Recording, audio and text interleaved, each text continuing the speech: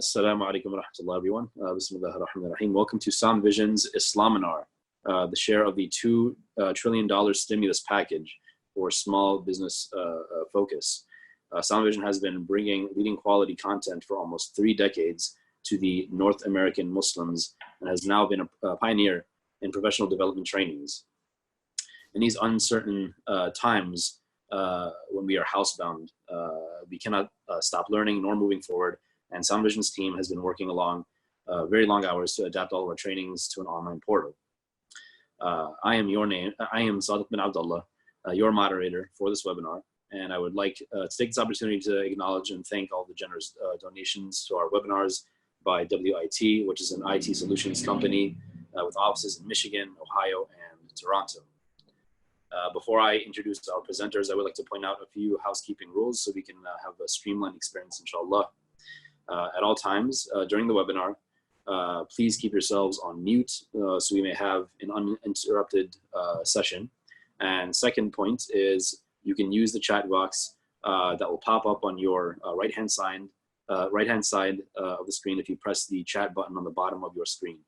I will take all of your questions and we will get them all answered at the end of each session, hopefully. So now I would like to begin with our introductions. Our first 2 presenters are Terry Allen and Joe Murray. Terry Allen is a veteran political and legislative strategist with expertise on a broad range of issues ranging from technology, energy, judiciary, and telecommunications to tax, trade, healthcare, and nutrition policy. With over 29 years of professional experience in government, politics, and public policy, Allen delivers results for Fidelis clients through practical understanding of the legislative and decision-making processes and through building strategic partnerships and diverse policy and political coalitions. As founder and president of Fidelis Government Relations, a strategic consulting and government relations firm based in Washington, D.C., Allen has represented some of America's leading companies. And our second presenter as well, who will be presenting at the same time, Joe Murray. He has worked in a wide array of legislative policy and leadership roles on Capitol Hill in both the United States House of Representatives and the United States Senate, with a policy emphasis in judiciary, healthcare, entitlement reform, and campaign finance issues.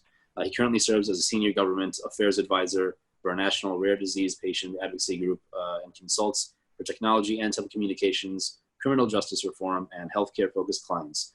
Joe has been a leader in a number of civic and political organizations, including local, state, and national campaigns, and candidate for elective office for the Virginia General Assembly, vice president of his neighborhoods. He's also the vice president of his neighborhood's civic association, co-chairman of a snow removal neighborhood organization, and is the 2017 deacon chairman of the diaconate, as well as the Sunday school teacher of the 4th grade boys in his local church. And he recently graduated from Alexandria City Academy, a local government civics course designed to help citizens better engage with their community. So without further ado, please begin. All right, thank you very much. Well, hey everybody. It's a challenge to adjust to this. I think what's becoming the new normal for everybody, which is home alone and isolated. And just like you are home alone and isolated and finding new ways to do things, so Congress is also finding new ways to do things. The House and Senate office buildings are shut down. Most House and Senate office buildings offices are closed and staff are working from home. And even though things need to get done, Congress is trying to figure out how to do that in a way that is safe for everybody involved. So everybody's adapting and Congress is adapting. We find ourselves in a very strange place. What is being considered so far is unprecedented in both type and scope. We've seen 3 legislative initiatives, relief packages passed, and a 4th is underway now, being assembled. Joe, my colleague, will review those 3. But what we've seen so far is just is unprecedented in both type, and when I say type, I mean that this is the first time that I can ever think of that we've seen this scale of direct federal assistance going out to individuals, and not just individuals, but to companies. Again, Joe will expound on that. It's very unprecedented that we've seen this. That's what we're going to talk about in the subject today. And also it's unprecedented in its scope, in that, prior to last week's passage of the CARES Act, we saw the largest single piece of legislation that had ever been passed that was not an appropriations bill or a bundled appropriations bill, was the stimulus package of 2009, 2008, 2009. That was an $800 billion bill. This bill that was passed last week, the CARES Act, was a $2 trillion bill. And the entire economy about 15 years ago was $2 trillion. Now it's about, GDP is about, or the federal budget is about $4.5 trillion now. So we're talking about an enormous piece of legislation that is unprecedented in size and scope and methodology and how it's distributed. And it's just very strange days that we live in. Again, Joe will go into the details of it, but everyone is adjusting to this. House offices, Senate offices, the administration, the way that everybody's working together now, the way that business is being conducted, the speed at which this is moving is truly like nothing we've ever seen before. I've been lobbying for 20 years. I've been on the Hill for 34 years. I've never seen anything like this. It's truly unlike anything we've seen. There's another package that's being put together right now. It is designed for infrastructure and for economic recovery, and to get this economy back up and running once this epidemic has run its course epidemiologically. So with that, I'm going to turn it over to Joe and let Joe talk about what's been done so far, and spend most of the time talking about the CARES Act and the assistance that's going out and how you can participate. Joe. Terry, thank you very much, and welcome everybody to this important discussion. One of the items that Terry and I missed in our bio that Sadok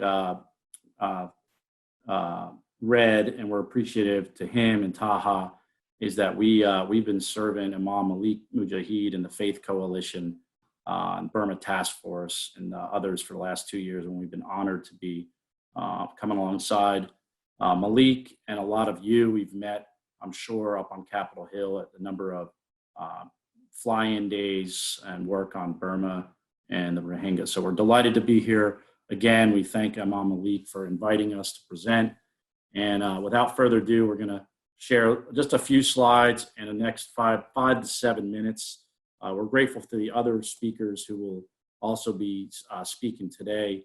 And apologies up front, because it seems I'm sure there will be some duplication, but we'd rather, with the other speakers, we'd rather cover a lot of these important provisions twice or 3 times so that you have an understanding of the magnanimity and the incredible support for small business, nonprofits, including religious organizations and employers that employ under 500 employers. So what you see here on the next screen is just a little brief outline of what we hope to accomplish in the next 5 minutes here. Terry did a great job of covering what I'll just briefly work through: a short legislative history of how we got here to passage of the CARES Act, which is essentially, it's a economic emergency relief stabilization bill is the way we're calling it. It's not necessarily meant, well, it will be stimulus, but it's mostly meant to throw a lifeline to the entire workforce that may be suffering from lack of liquidity or business interruption given the national economy shutting down. So we'll be talking a little bit about the impact on your business, and then, just as Sadok mentioned, a Q&A opportunity. So Terry mentioned really what's happened in the last 3 weeks have been 3 significant bills that got us up, or now have us at this point. Phase 1, 2, and 3 are signed into law. Phase 4, Terry mentioned, and there might be a phase 5 depending on what the world looks like in the next 8 weeks. But briefly, Congress and the president reacted by signing a bill into law that funds a lot of federal healthcare agencies with $8.3 billion, addressing equipment shortages and just ramp up of hospitals. Phase 2, I think will be discussed probably in a later seminar. That has to do with a lot of requiring employers and getting back-ended federal support for paid leave, paid sick leave, and Family Medical Leave Act, as well as another bolstering of federal agencies.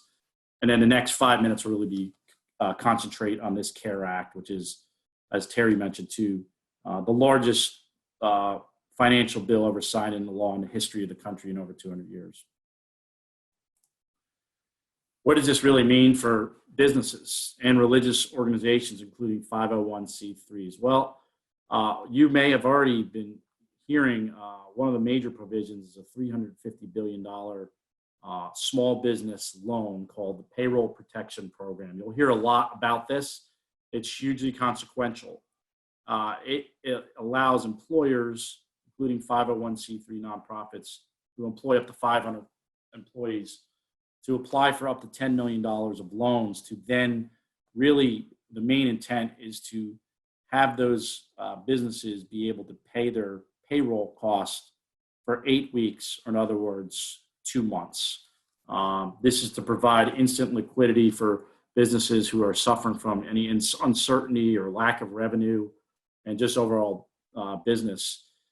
If any of the main goals we mentioned here is to keep employers paying their payroll, their rent, and their utilities to stay afloat for the next 2 months. It's a lifeline. It's essentially the key that's different. It's called a loan, and it technically is a loan on the outset. The major benefit, and I need to underscore this, is if any of those proceeds from this short-term 8-week loan that are used for payroll cost, rent, or mortgage, and utilities will be entirely 100% forgiven. So I want to repeat that. Any of these loan proceeds used for payroll costs to keep your employees, rent, or mortgage, and utilities will be entirely forgiven. It's essentially, it's the government's federal grant money that will turn into free money. The other aspect is, any of those proceeds that are not used on those 4 categories forgiven, amortize into a loan. There's no payments for the next 6 months, and it will be payable over, after that 6-month period, over a 2-year period at a minimum amount of interest. It's not even 1%. It's less than 0.5%. Other points you'll see here, how much, and we'll get into these in a few other slides, of what's the maximum loan amount that an employer of under 500, including nonprofits, can obtain. It's 2.5 times a calculation of your monthly average payroll cost, which we'll get into in the next slide. So let's say you're an employer and you're faced with some uncertainty. You'd like to take advantage of this loan that turns into federal grant money. This is being administered through the Small Business Administration and the Department of Treasury. They are determining that a company would need to apply by calculating the average payroll cost, monthly payroll cost over the last year. What those payroll costs include, as you can see on the screen, all wages, commissions, salary, or similar compensation to an employee or an independent 1099 contractor for up to $100,000 annualized. What that means, this has been a hotly debated topic amongst tax attorneys, accountants, and other folks like us paying attention.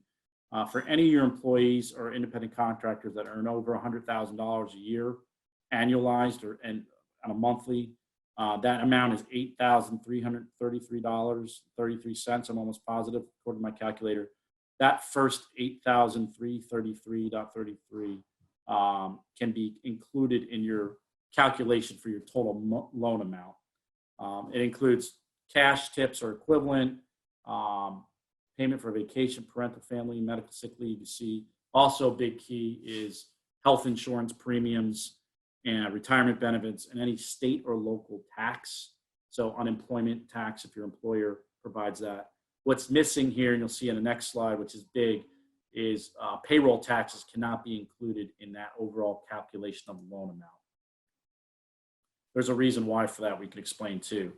So you'll see on this slide, payroll costs do not include any amount over for per employee or independent contractor, that $8,333.33 amount, payroll taxes, and any other compensation that's already been addressed on those 2 first stimulus bills signed into law, phase 1 and phase 2. I realize I'm going fast, but I understand we'll cover this at a high level, take most Q&A, and then let the other speakers go as well.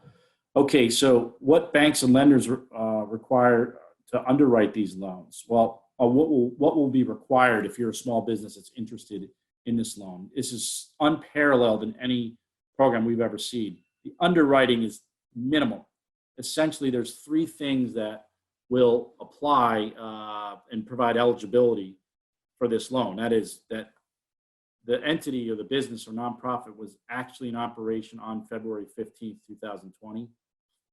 That the entity had employees and they paid salaries and payroll taxes and or 1099 independent contractors. And they will verify that the amount that you're applying for matches with what you need to substantiate in terms of records. That's it. This has nothing to do with collateral, no personal guarantees, no review of your ability to repay the loan, no underwriting, nothing. This is the federal government saying to any entity that was in business on February 15th that paid salary, we are going to give you free money to stay afloat. This is a national pandemic at no fault of your own. I have included, let me go back, I've included links to the application deadline and details. There's a link here. We can help you find it. How do you go there? This is all starting really quick. Starting tomorrow, small businesses and sole proprietors can apply to receive these loans. And then a week from now, independent contractors and self-employed individuals can also apply. That's also very unique. Who will be accepting these loans? That's another key question. And right here we have participating banks and lending institutions. So this program is being run through, as I mentioned, the SBA 7A program. It's a unique program. It only had a maximum amount of about $25 billion in 1 year written. This is for refinancing of debt. Some capital expenditures was the original goal. Congress basically is putting this program on steroids to the tune of $350 billion. That means there's only been 1,800 banks across the US that have been able to procure and give these loans. That is dramatically going to change. Right now, if your bank, and the big ones are accepting these loans, they've done SBA 7A, Wells Fargo, I believe Capital One, TD Bank. Those are going to be pretty tough to get to because the popularity of this program we're hearing is enormous. And starting tomorrow, applications will be flooding. The Treasury and Congress recognize that, so they're going to open this up to all federally insured deposit institutions, all credit unions and farm credit systems. Essentially, they're saying to all the banks that are FDIC insured, you need to do these loans to the small business folks in your local communities. That's going to be a little bit of craziness, especially if your bank or lending institution you have a relationship has never done an SBA 7A loan. They're going to take a little bit of time, but the whole congressional intent here was to get money out as quickly as possible. They're going to need to adjust to help all you out. Here's just a slide about guidance. There's 4 PDFs that I could email you that describe this program in detail. One for lenders too. If your lender that you've known and been banking for is not familiar with this, you can send them these guidelines for lenders. A little more background on what we're describing for borrowers, and then like an frequently asked questions. And then stepping away from that loan, which is a significant portion, there's other very important provisions for small businesses and nonprofits. So there's employee retention credits. If for some reason you decide the SBA payroll protection program is not advantageous to you or you can't get it, there is another program that will give you 50% of wages paid for each employee that your employer retains during COVID-19 for the first 10,000 of wages. Employer payroll tax. This comes back to why payroll taxes are not allowed to be computed in the maximum loan amount for the payroll protection program, because the bill allows for, or actually delays, employers needing to share with payroll taxes for up to 2 years. If you have any net operating losses, you can carry that back for 5 years. There's a limit on business interest modification, and This last provision is really important for the restaurant industry. Immediate business expensing, 100% in the first year instead of over a 39-year life of the building improvement. All right, that was very quick. We recognize time is I think it was quick, and I know I tried to encapsulate that. Bottom line here is, starting tomorrow, this is the SBA Payroll Protection Program is a lifeline. You'll need to want to apply as soon as possible. There is a lot of money there, and a lot of small business will benefit, but it will go fast. And if it does go fast, if your lender is telling you that the amount that Congress appropriated is gone, Secretary of the Treasury, Stephen Mnuchin, has been very public this week stating that they will replenish this. And that's going to take some time. With that, we'll yield back to Sadak, and happy to answer any questions on that quick show. Thank you.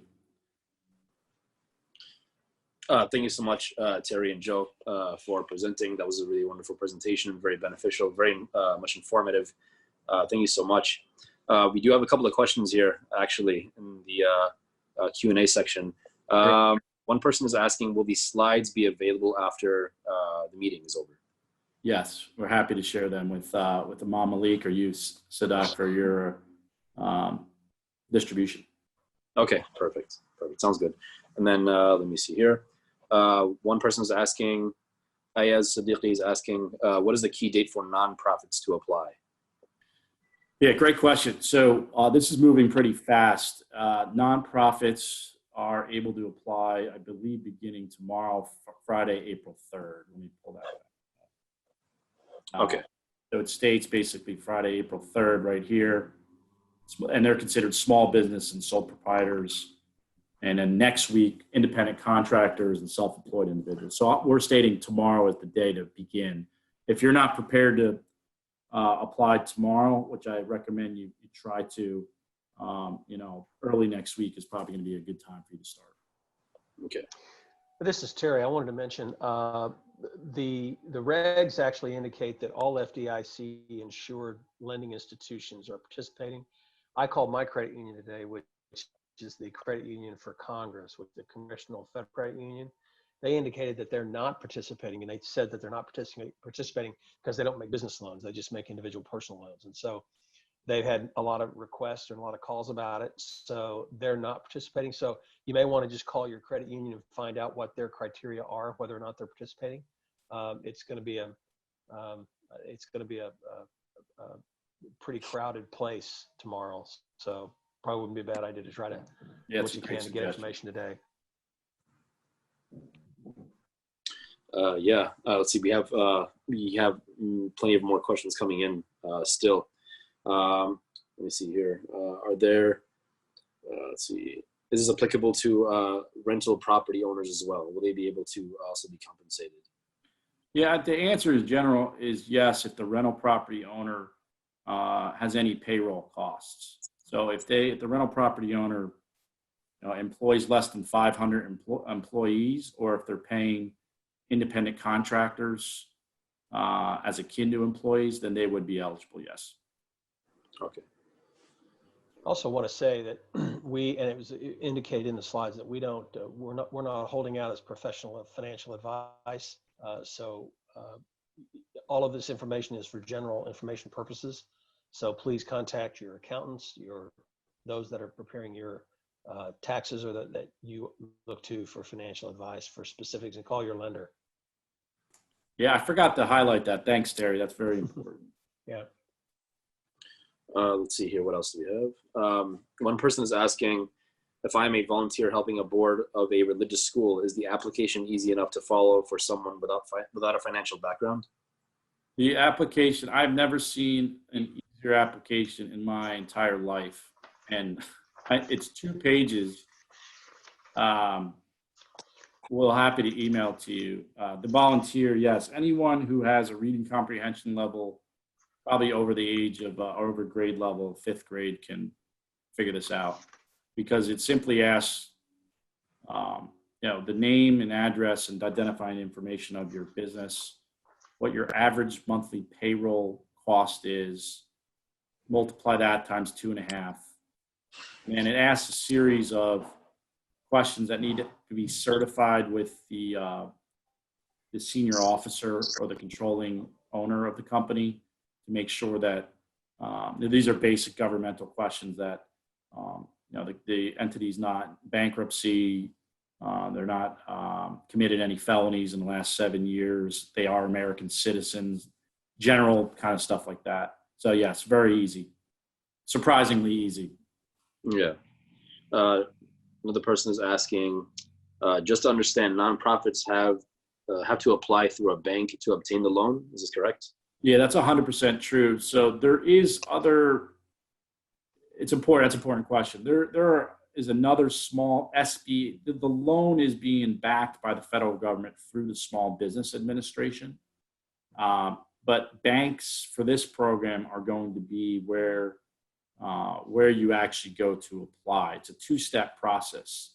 You need to fill out the 2-page application that the Department of Treasury and the SBA, Small Business Administration, have created. They've created this 2-page form. It's actually 4 pages. It's 2 pages of the application and 2 pages of instructions.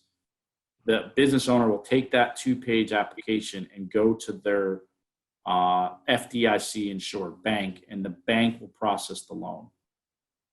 Okay.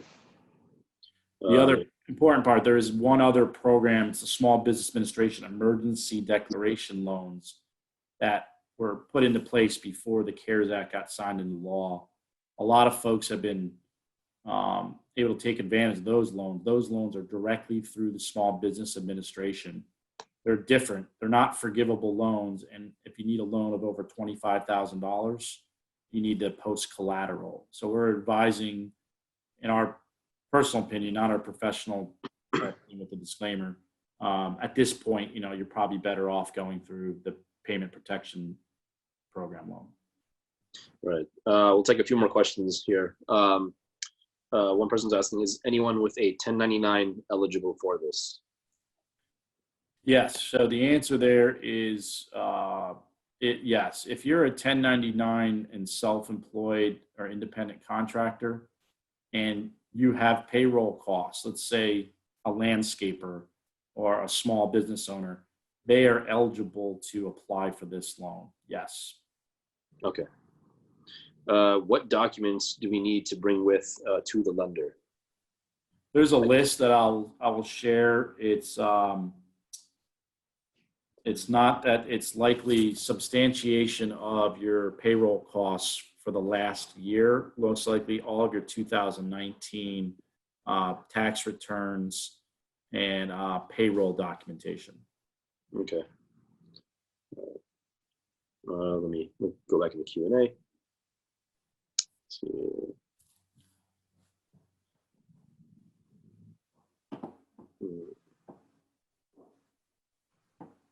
Yeah, many of these questions are fairly much the same. These were asked early on. Let's see. If someone owns rental properties, is there a loan to help for loss of rent? Yeah, there may be, but not in this program where your loans would be forgiven. This loan is for anybody who has employees to keep their employees paid, pay their rent and utilities, and get forgiven. But there are other SBA disaster recovery loans meant to help folks like in the rental industry that don't have any employees but just have lost business. We can talk about that offline. Yeah, this bill that starts, or this program that starts tomorrow, is designed for like a property management company. If you have rental property but you maintain it through a property management company and you have employees, this program is designed to keep those employees paid. So it's linked to your employees, who you're paying. Okay. I guess we'll just take one more question. I have a small restaurant that has been closed for a week now because of lack of customers. Can I still apply for this loan? So I guess they're primarily asking about the time in which their business has been closed. Joe, you're on mute. Joe, you need to unmute. Joe, you need to unmute. You're muted, Joe. Short answer is yes. You can. Yeah, sorry, lost my unmute button. Terry answered. The short answer is yes. This loan had envisioned restaurant owners as a key small business that will take advantage of it. If you've laid off any of your workers, which is an understandable business move during a time like this, as long as you rehire those employees by April 26th and then pay them 2 months of salary, that portion of loan proceeds will be entirely forgiven. Okay. Okay, then. Well, thank you so much to the both of you for presenting, and so much Happy for to help. time to ask. Yeah, absolutely. Thank you so much for taking the time to answer different questions. Yeah, I guess we will be moving on to our next presenter. Great. Right now. Well, thank you so much, Joe and Terry as well. Take care of yourselves. Thank you, Imam Malik. Stay safe, man. Likewise, brother. Take care. Right, our next presenter is Thabraize Ahmed. Thabraize is currently the owner of C&A Financial, an accounting firm in Rolling Meadows, Illinois, which specializes in bookkeeping and payroll for small and medium businesses, including many nonprofit Islamic schools and masjids all over the United States of America. They also handle income tax preparation for individuals, businesses, and nonprofits. Without further ado, please begin. Thank you, Sadat. Assalamu alaikum, everyone. Good afternoon. So I'll kind of cover a little bit of what Joe and Terry covered as well. And I'm strictly speaking from a tax and accounting perspective. I'll talk about the FFCRA, which Joe and Terry didn't touch on, but also I'll touch base on the CARES, which Joe did speak on. And primarily today, we're trying to focus on the small business community. So again, two topics that I'll speak about today is the FFCRA and what employers are affected by this particular legislation. And the two biggest legislations within this act is the paid sick leave and the expanded FMLA, which is the Family and Medical Leave Act. And then we'll just go through an example, and then I'll touch base upon the CARES Act as well. So again, same disclaimer that Joe and Terry have said, anything that I'm giving out today is not legal advice or tax advice. It's not the final word on any of these acts. Literally, I think as an accountant, part of me says this is actually worse than being in the midst of tax season, because the information keeps changing literally on an hourly basis, and I am being inundated with text, voicemails, emails, and WhatsApp messages, and just trying to keep up. But I'm glad to be able to go ahead and give out this presentation and hopefully help out folks that have questions. So again, what is the Families First Coronavirus Response Act, which is also known as the FFCRA Act? So basically, it is for employers that have under 500 employees are required to particularly follow this act. There's a handful people that are exempted from it, primarily healthcare professionals, emergency responders, and if you are a business with less than 50 employees. The key is on that business with less than 50 employees, you have to go ahead and show to the Department of Labor that by following these particular acts and the laws that you would go ahead and put your business in jeopardy.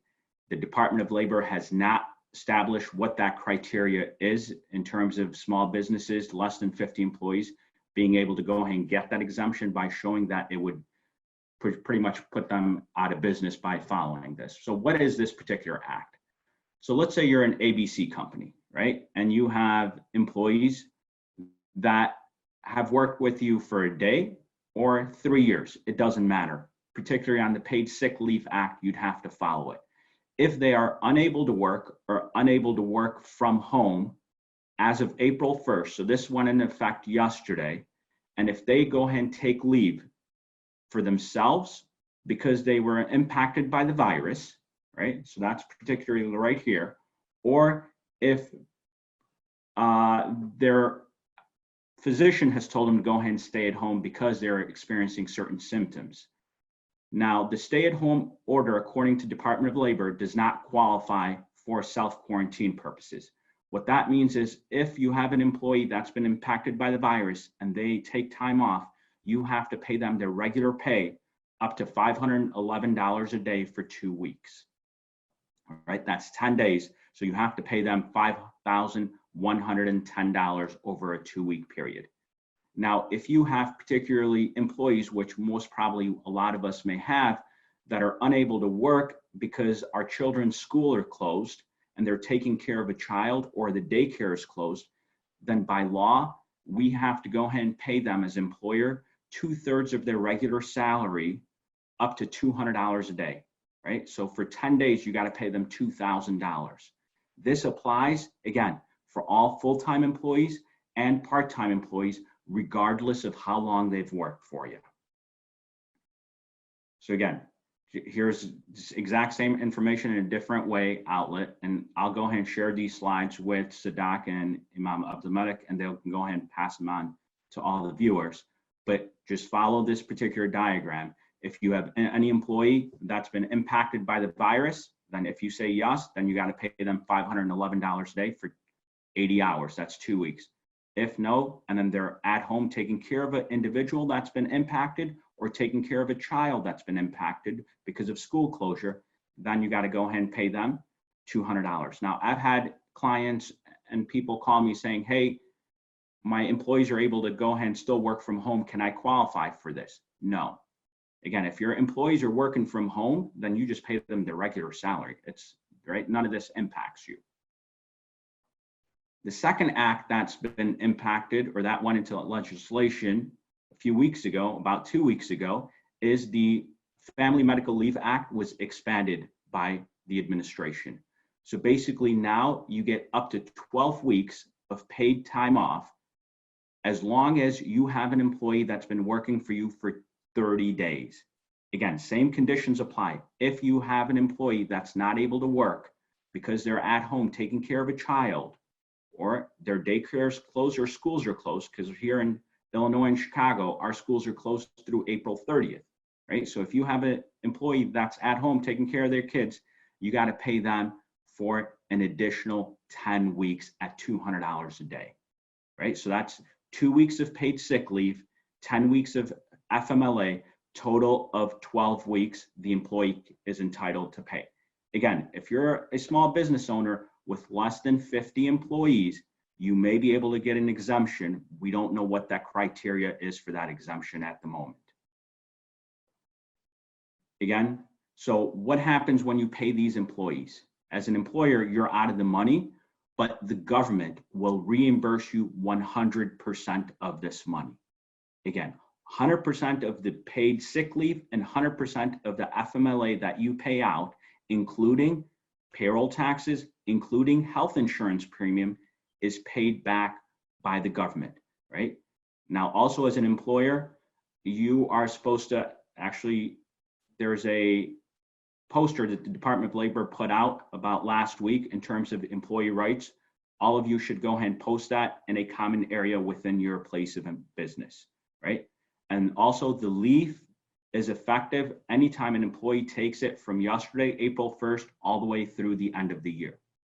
So again, employees can use it in conjunction, the family medical leave and the paid sick leave, total of 12 weeks, up to $12,000 if they combine it both, and the government will reimburse you the entire $12,000. So let's go through an example of what this means for you as an employer, right? Let's say you have an employee, Ali, who works for your company, ABC Company, and Ali is unable to work because he's at home taking care of his kids because the school's closed, right? His annual salary is $39,000, which equals $1,500 every 2 weeks, right? So Ali will be entitled to receive 2/3 of his normal salary, which is $990, on April 12th, which is when the pay period is. ABC pays the taxes, right? Normally, it'd have to go ahead and deposit $166 in Social Security, Medicare, federal income tax, and all that. And it pays out Ali $800 here at the bottom of my screen, which is a sample paycheck, right? So basically, what happens is ABC pays Ali $800.05 and then doesn't send any money to the government, but instead gets a credit of $1,010 for all the payroll taxes and the pay that was paid to Ali. And the IRS will actually send the employer a check of $844. Now, the agency is saying that they will go ahead and reimburse the employers within 2 weeks once you go ahead and apply for this credit on your, we don't know if it's going to be right after you process a payroll or if it's going to be on your 941 quarterly tax return. My gut is it's going to be right after you process your payroll because you're going to get reimbursed within 2 weeks and not at the end of the quarter. Right?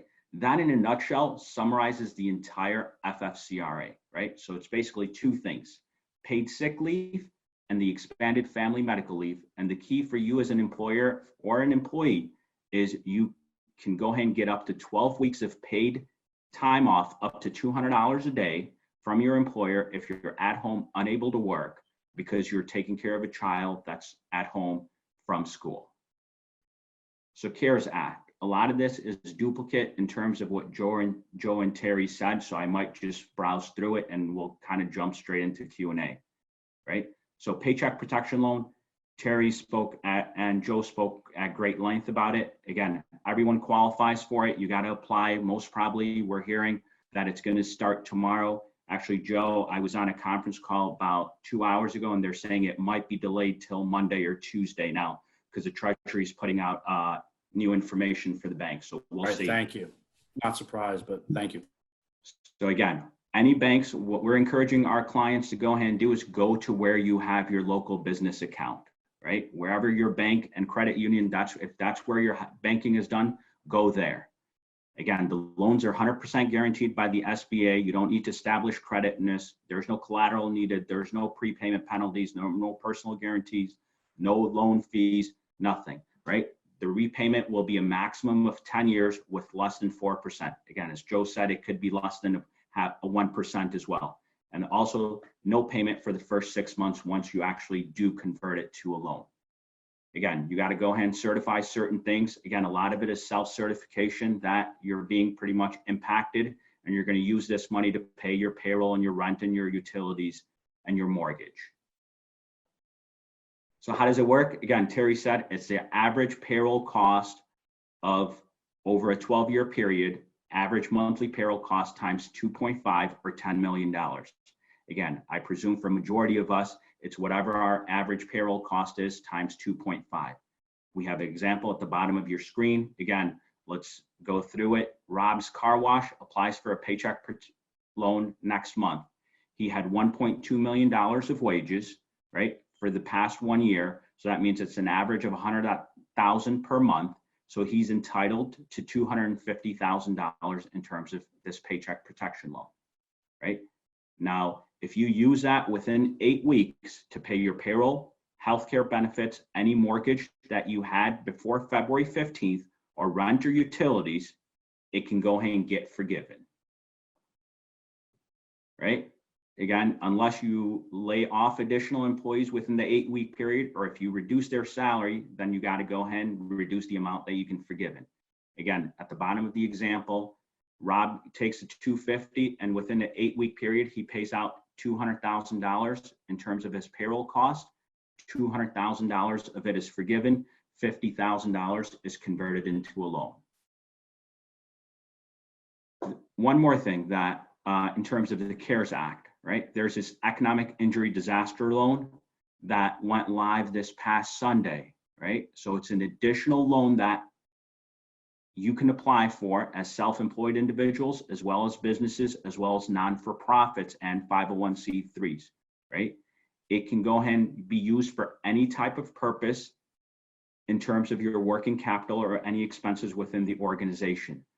The key about this particular loan is before they actually process your applications, once you submit your application, you can get in advance up to $10,000 within 3 days of your application, right? And if for some reason your application is denied, you don't have to pay that, maybe $2,000, $5,000, $10,000, it does not have to be repaid. So again, it could be potentially free money for you or your business or your organization. Again, if you get a paycheck protection loan and something's forgiven, then you can't have two loans for the same purpose at the same time. employee retention credit, again, Joe kind of touched based on this, right? It's a credit for up to 50% of the wages paid for up to $10,000 of any one of your employees, right? And it starts as of March 13th payroll, right? So who gets the credit? It's for any business that was around in 2020 and it satisfies one of two things, right? You have a furlough, meaning you've been temporarily shut down or you've temporarily laid off particular employees, or you've had a significant decrease in your gross salaries or your gross sales, particularly by 50% compared to the previous year in the previous quarter. So again, we'll go through a particular example here. I know I'm kind of running through this very quickly, just trying to go ahead and get through what in terms of what we have allocated in terms of time, and then just go to Q&A. So if ABC Company was around for all of 2020 and they have 6 employees and they paid $6,000 each to the employees, they're entitled to, well, they actually paid $5,000 each quarter, they're entitled to $18,000 worth of credits, right? So basically their Social Security is waived and they can go ahead and get a refund in a check of $15,000 from the government. Same thing, it will go ahead and apply to Q3 as well. They'd go ahead and use the remaining $5,000 because again, it's capped up to $10,000 of wages.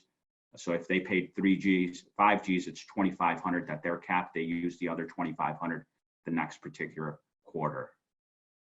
Right? Changes to NOL. Terry spoke about this as well. So if you're a small business and you sustained a loss in 2020, you can take that loss and carry it back to previous years where we couldn't before this CARES Act went into play to go ahead and get any taxes that you've paid back for the past 3 years. Again, in the example here that I give out, in 2015 and 16, ABC Company broke even. In 2017, they had taxable income of $100,000 and paid $35,000 in tax. In 2018, they had taxable income of $200,000 and paid $42,000 of loss. And then in 2020, they suffered a loss of $300,000. So basically they can go ahead and amend their 2017 and 2018 business tax returns and get whatever taxes that they've paid back, which is the $35,000 and the $42,000 in totality. Pretty much that kind of sums up everything related to the small businesses. There are other portions of the CARES Act that we'll go ahead and touch base. I believe it's next week in terms of that help out individuals, in terms of the stimulus and all that, but today was primarily for small businesses. I'll go ahead and Sadat, give it back to you for Q&A at this time. All right, well, thank you so much. That was incredibly informative. We really appreciate it. I believe we have there's 2 questions down here that came in. Let me see here. Are businesses with less than 50 employees eligible to apply? Yes, anyone can go ahead and apply for the Paycheck Protection Loan or the Economic Injury Disaster Loan. Even if you're self-employed, you can go ahead and apply. Okay. Let's see here. And then another question that we had, second question was, can we apply for all these loans or no? You can apply for both loans, but as long as they're not used for the same purpose. If you apply for the economic injury because it came out last week, again, to my understanding, no one's been approved yet. And to my understanding, no one's gotten a $10,000 advance as of yet. We're still kind of holding on to our breath for that. But if you go ahead and use that for payroll and then you apply for the Paycheck Protection Loan as well, then you'd have to go ahead and convert your economic injury disaster loan as part of your Paycheck Protection Loan. All right, let's see here.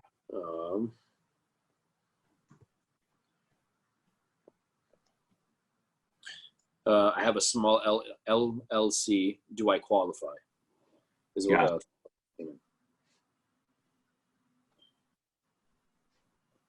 Yes, you'd qualify. Okay. Is the grant only for U.S. citizens / permanent residents? To my understanding, yes, that is correct. Okay. What is the case of a one-person business as an independent contractor that started on March 2020, is it eligible? Ooh, that's Joe, Terry, any thoughts on that one? I don't know. I believe they'll qualify for the economic injury, but I don't think they'll qualify for the paycheck protection. I think that's right.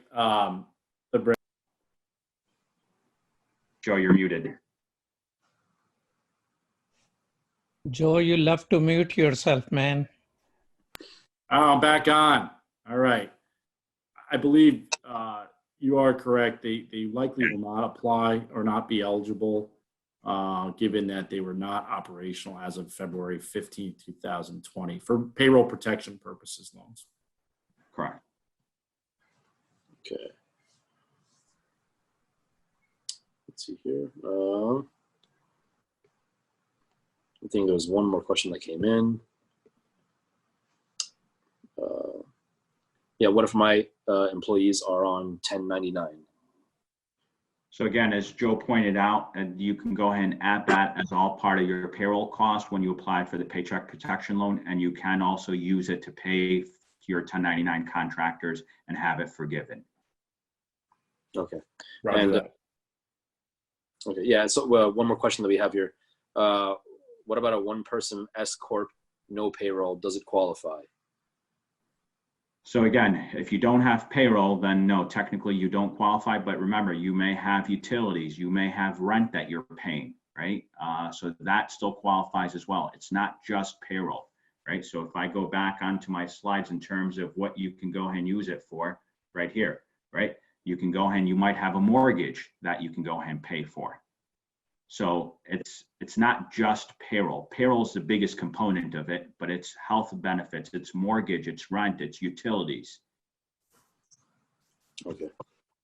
We have a different read on that a little bit only in that, and this has been a topic that's been hotly debated in the CPA, your world, financial planning, tax attorneys, is in order to actually get the loan, they only calculate the amount of the loan based upon payroll costs, even though forgivable uses of that loan are, as Thabraize mentioned, mortgage, rent, and utilities. So it's a counterintuitive equation, but our read is that it's only for those entities and businesses that actually have payroll costs can get the loan. So if you don't have any payroll costs, Yeah. we don't think you can get the payroll protection program, but maybe there's other opportunities for the economic disaster program you mentioned, Thabraize. No, I think that's a good point, Joe. Yeah. I guess in order to qualify, it's qualification is 2.5 times your payroll. So if you don't have payroll, unfortunately, you aren't going to qualify. Yeah. We have, let's see here. We'll just take there's three more questions and we'll finish here. We'll wrap up. If a new small business had very small payroll last year, is this business eligible for any of these loans discussed? So again, economic injury, there's no payroll required to apply for the economic injury, right? So I'm telling my clients, go ahead and apply for the economic injury. It's a very simple 5-10 minute application. It's directly on the SBA website. You just go ahead and input your information, your ownership, your bank account details, and that's it, right? If you currently do not have employees, then I don't know, right? I mean, as long as you'd had payroll in the past 12 months, that's what the average that we're using or the banks will use, then you might be able to go ahead and qualify for the paycheck protection loan. Again, as Joe said, all the banks are doing it. I know Chase, Bank of America, Fifth Third have all sent out communications. I've spoken to several banks in terms of what they're looking for as well. Right. And a lot of them have already put out in terms of the documentation that they're looking for to go ahead and support your numbers. Okay. One point to piggyback on Thabraize's great point is there may be small businesses that don't have W-2 employees, but pay actual 1099 self-employed folks. Those folks are available. Our read is that they are able to apply, but those are considered payroll costs. So keep that in mind for any of you small business owners out there. All right. We have another question here regarding paycheck protection. Who signs these? who signs these for a nonprofit? I would say anyone in the board of directors, the treasurer or the president, I'd say go ahead and apply. Okay. But definitely be a board of director. Okay. And let's see, we'll take one more question right here. This money, when forgiven, how will we report it in our tax return? Will it be income or some other category? So good question. In terms of it being forgiven, it is forgiven on a tax-free basis, right? So I mentioned that right here on this particular slide.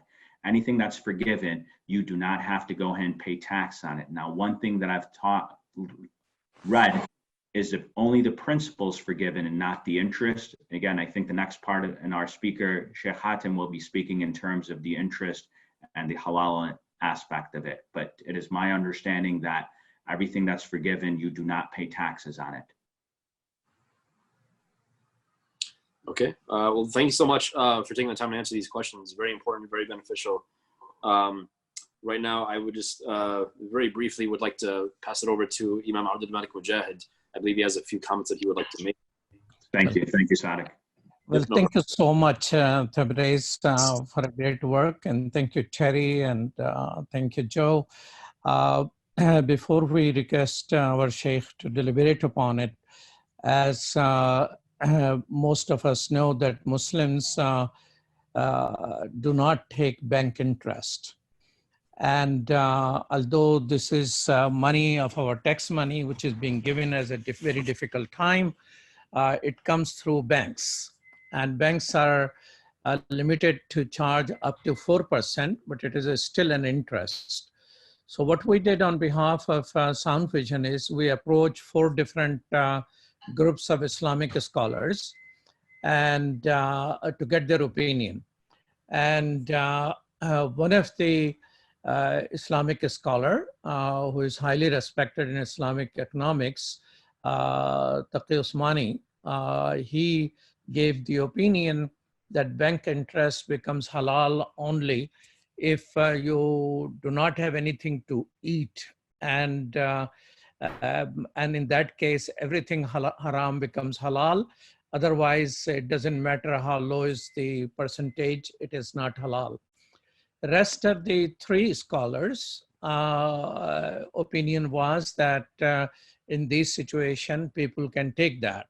But, and the one scholarly body who shared their opinion in writing publicly is present with us. So I just wanted to give you this context before Sadiq appropriately introduces the Shaikh and his organization before he shares his thoughts.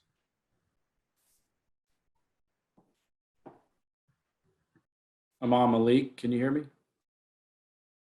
Yes, I can hear you, Joe. Oh, great. One additional point. Thank you for raising that important point. And it generated another thought for me to share with your friends here and folks. And Thabraize brought up a number of great illustrations that I think showed examples on the payment protection program where, let's say the one where a small business owner procured a $250,000 loan and then used $200,000 of that on forgivable expenses. So that $200,000, that therefore left over a $50,000 amount that was not spent and therefore would become a loan, Imam. We talked with an attorney today that clarified that if that borrower returned, first of all, and Thabraize mentioned this, there are no payments and no interest generated for 6 months after the 8-week period of spending that money. So there'll be no payments and no interest for that 6 months. And in that time period, for that $50,000, if the borrower returns that $50,000 back to the Treasury, it's the lawyer's interpretation that there will be no interest and there will be no payment. So I thought to mention that. The other point is the guidance that I shared with you, Imam Malik, yesterday or a couple nights ago that you can distribute from the Treasury, talks about a 2-year repayment period. If there is another, if it does become a loan, it's a 2-year repayment period at 0.5% interest. The statute talks about a maximum of 4%, but the Treasury guidance that we saw has determined it's going to be 0.5. That's more than zero. It's still above zero, but it's significantly lower, and we thought to share that. Thank you so much. You're So welcome. go ahead and invite our honorable guest. Yes, once again, thank you Thabraize, Ahmed, and Joe, and Terry for your insightful thoughts. We really do appreciate it. Next up, we have Shaikh Hatem al-Haj. Dr. Hatem al-Haj is an Islamic scholar with a master's degree in Islamic law from the American Open University and a PhD in comparative fiqh or jurisprudence from Al-Jinan University in Tripoli, Lebanon. He is also trained as a medical doctor with honors from Alexandria University Medical School in Egypt. Sheikh Hatem serves as an assistant professor at the College of Islamic Studies at Mishka University and is a member of the Permanent Fatwa Committee at Assembly of Muslim Jurists in America. Without further ado, Assalamu alaikum, Sheikh Hatem, please begin. Alaikum assalam wa rahmatullah. Jazakumullah khairan. May Allah reward you for the great effort in advocating on behalf of the Muslims, and may Allah also reward you for this invitation. And most of your audience, I believe, are Muslims. So they already know about Islam. So whether they are Muslim or they know about Islam, they probably know why I was invited. The reason why I was invited is because this almost government grant, in essence, is given in the form of a loan. And this loan, despite the interest that will accrue being very minimal, 0.5% as I heard, and despite the presence of a grace period where the loan can be repaid without any interest accruing, just from our perspective as Muslims, anything called the interest on a loan is going to be problematic. The idea here is that lending Islamically is not a financing model. Lending should be only a charitable act. There are different financing models, but lending is not one of them. So any loan should be a goodly loan, which means that there will be no interest accruing at all, and the principal debt will be repaid without any increase. So it is not only the position of Mufti Osmani, may Allah protect him, it is the position of all the Muslim scholars. It's the agreement of the Muslim scholars. And that is why we have this aversion to interest, because we consider any interest a form of usury. And money exchange, money does not beget money. The value of time is not added in this equation. Money does not beget money from an Islamic perspective. So that's basically where we're coming from. And then we received at AMJA, Assembly of Muslim Jurists of America, we received a question from Imam Abdul Malik, and not to compliment him in his face, but it was a piece of art. It was a very well-written question. We don't often receive questions that are that well-written. But the question basically summarized everything that you heard from your honorable guests today.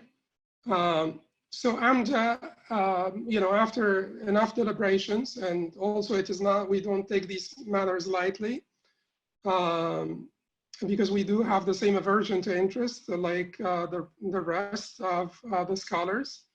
But after enough deliberations, AMJA felt that it is permissible for Muslims to apply for this loan. It is called loan, so we will call it loan. It is permissible for Muslims to apply for this loan. And the reason why AMJA felt that it was permissible for Muslims, whether they are business owners or self-employed people, or even non-for-profit organizations, organizations, institutions, masajid, and so on, to apply for this loan is because of the widespread or the so-called public need, or haja amma. We all know that necessities warrant exceptions, concessions, exemptions, etc. And it is also believed that dire public needs of the magnitude of the crisis that we are in would warrant some concessions. This crisis has particularly affected business owners, particularly small business owners. So to make concessions for them is expected. The second reason, in addition to the public need that we consider to be justifying of this concession, in addition to the public need, we have another piece to add here, which is that, yes, in form, this looks like a loan, but in substance, everything about it looks like a grant, or looks like basically the government trying to assist its subjects. And the government, many things indicate that. The low interest rate indicates it. The grace period indicates it. The fact that the whole thing will be forgiven if certain conditions are fulfilled, if it is used for, payroll, etc. All of this shows that the intent of this is different from the intent of usury. And keep in mind that it has to be clear in our minds that the rulings in the Sharia are attached to effective causes, not to the wisdom. And we do also subscribe to this principle. The rulings are not attached to the wisdom, but they are attached to the effective causes, which means that the wisdom of prohibiting usury is the exploitation of the poor and the needy. But then what is usury? It is basically any loan that will accrue a benefit for the lender, or that will bring about a benefit for the lender. Whenever we have this, the ruling will apply.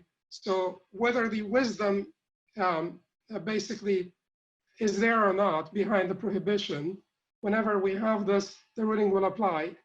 Having said that, we do not completely ignore the wisdom of the prohibition. It would be factored into the fatwa when we are looking at the particular incident that needs to be addressed. And in this particular scenario, it seems to us that everything points to the fact that this loan is basically governmental assistance, the government trying to save the economy and to help its subjects. Finally, AMJA believes that honesty, is essential. We have to be candid, we have to be honest, and we apply for this if we are basically entitled, deserving, and if we feel that there is an existing or expected hardship, or we feel that we have a payroll and we are unable basically, or we can make use of this without needing to pay the interest. If we are able to take that without, and we are comfortable, we are confident that we will not need to pay the interest because it will be either forgiven or we will repay the principal debt within the grace period, then that's fine for everybody. If not, then we can only take it if there is an existing or expected hardship. And everybody should be honest with themselves. But again, at the same time, for the very religious people who have this concept of wara, which is a praiseworthy concept, this cautious piety, or being extra cautious or scrupulous, we do say to them, simply don't deprive yourself of this benefit, avail yourself of this, and be honest. Just say the truth. You know, whatever questions you're asked, give the honest answer. And if you were deemed eligible by the government, you are eligible. That's it. That's how you exercise wara, or, you know, cautious piety in this respect. I think that's my part. And if there are any questions, I'll be pleased to answer them if I know the answer. Jazakumullah khairan. May Allah reward.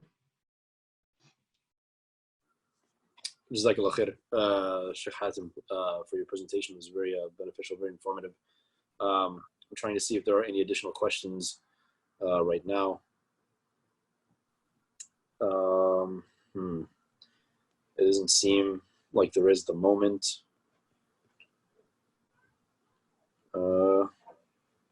Yeah, it does not seem as though we have any additional questions right now at the present moment. Yes. Well, Jazakallah khaira for Shaykh Hatem al-Haj for your very thorough and deliberate ultimate decision is for each person. What is their position, what they understand from your position, and what is the position of their business. If they can survive and thrive, maybe the money could be used by other people who may be in more need of that. So one has to be honest for themselves. So Jazakallah khaira, thank you so much. And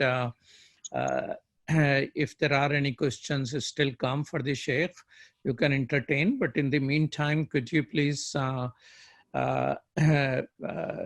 share when is the other presentations coming in next week? So tomorrow or next week, you can share that. So there are questions coming up for the Shaykh, but why don't you go ahead and make your announcement about the following programs? Yeah, absolutely. So we do have a few different additional webinars coming up in these next few days or so. The first being, it's called on April 4th, excuse me, on April 7th, excuse me. The same presentation will be given again. Your share of the $2 trillion stimulus package. How can 501c3 and religious institutions in the United States benefit? That'll take place on Tuesday, April 7th, 2020. Here and at our request to you is that at this moment, those who are listening, there are imams who are being fired. I know about Toronto area, California area, many imams are being fired because they have no work left and things of this nature. So the coming week, focus will be on not-for-profit. And every week, information is developing. We will have Terry, Joe, as well as Thabraize, who are very capable people. And we'll have more information available for not-for-profit organization, religious organization, and hopefully examples will be given from their perspective. So it is very critical. And I request all of you who are present here to inform your mosque and your not-for-profit organizations to please register for that. And then after that is for individual, because every individual have several situations. When is the individual one, Sadiq? the individual one, let's see here. It's not showing me right now at the moment, but inshallah we can get that figured out as soon as possible. I think the Tuesday is the one which is for not-for-profit religious organizations, and on Thursday it is for individuals, how to make individual financial decision based on decisions which are being based. So you can go always soundvision.com/webinars. If you also know teachers, I mean, I have some grandchildren, alhamdulillah, and they're very tired of the remote teachings which is being done because remote teachers are not trained online teaching. So there is going to be a webinar which is training by one person who has a PhD actually in online teaching, and he's a professor of that. He's going to teach teachers. So if you know teachers, they can join that. If you know not-for-profit and masjid, they can join this one. Yeah, so just a little bit more details on those presentations. So the next presentation that we have, April 4th, getting started on with online education tools and resources. That'll take place on Saturday, April 4th at 3 p.m. Eastern, 2 p.m. Central, and 12 p.m. Pacific time. The presenters are going to be Brother Imran Nalwala, and he's the director of digital learning for partners. And the presentation after that as well on April 7th that we will have, inshallah. Same thing, your share of the $2 trillion stimulus package, how 501c3s and religious institutions in the United States can benefit. That'll take place Tuesday, April 7th at 11 a.m. Eastern, 10 a.m. Central, and 8 a.m. Pacific time. Okay, there are some questions for the Shaikh. Can you read those? Yeah, absolutely, of course. Let me see here. Okay, so one person's asking, if it becomes interest, then are we allowed to pay such interest? The question wasn't necessarily very specific.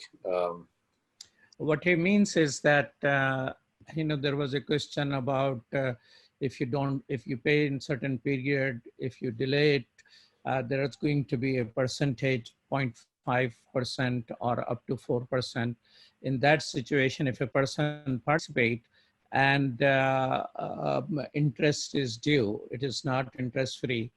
That was the question Shaikh was answering. Maybe he can elaborate a little bit more on that. That's what he addressed. Okay.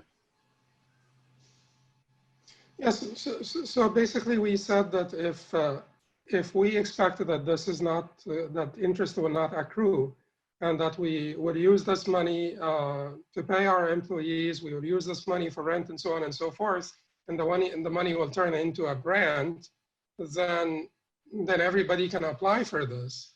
But if people are afraid that they will not be able to repay within the grace period, they will not be able to fulfill the conditions of this loan being turned into a grant, and they will not be able to repay within the grace period, and the interest may accrue, then, as we said, they may only apply for it if there is an existing or expected hardship, real hardship. In this case, they may apply to repel this existing or expected real hardship. If they do apply and they get the loan, then they are required by law to pay the interest.